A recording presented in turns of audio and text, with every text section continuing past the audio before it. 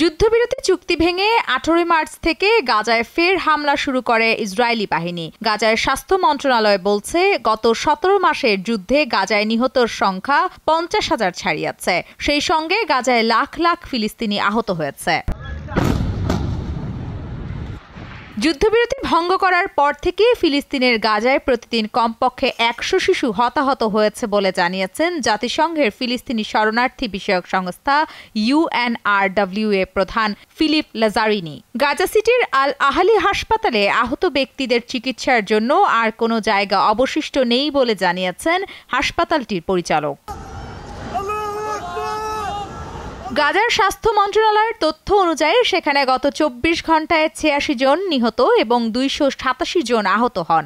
এক বিবৃতিতে হামাস বলেছে, যুদ্ধ শুরুর পর থেকে গাজায় প্রায় ১৯,০০০ শিশু শহীদ হয়েছে। মা বাবা হারিয়ে এতিম হয়েছে ৩৯,০০০ শিশু। এদিকে গতকাল গাজা ইসরায়েলের বোমা হামলার একটি ভিডিও সামাজিক যোগাযোগ মাধ্যমে প্রকাশ করেছে উপত্যকাটির একজন সাংবাদিক। স্থানীয় সাংবাদিকেরা দাবি করেছেন, ওই ভিডিওটিতে বোমার আঘাতে মানুষের শরীর কয়েকতলা ভবনের সমান উপরে ছিটকে পড়তে দেখা গেছে। ভিডিওটি শেয়ার করা সাংবাদিক সামাজিক যোগাযোগ মাধ্যমে লেখেন, শিশুদের আত্মা ও শরীর স্বর্গে পাঠানোর জন্য যুক্তরাষ্ট্রের তৈরি রকেট ব্যবহার করেছে দখলদার ইসরায়েলরা। কবে বন্ধ হবে হত্যাযজ্ঞ, তার দিকে তাকিয়ে আছে মুসলিম বিশ্ব। নামিরা আহমেদ, চ্যানেল 9।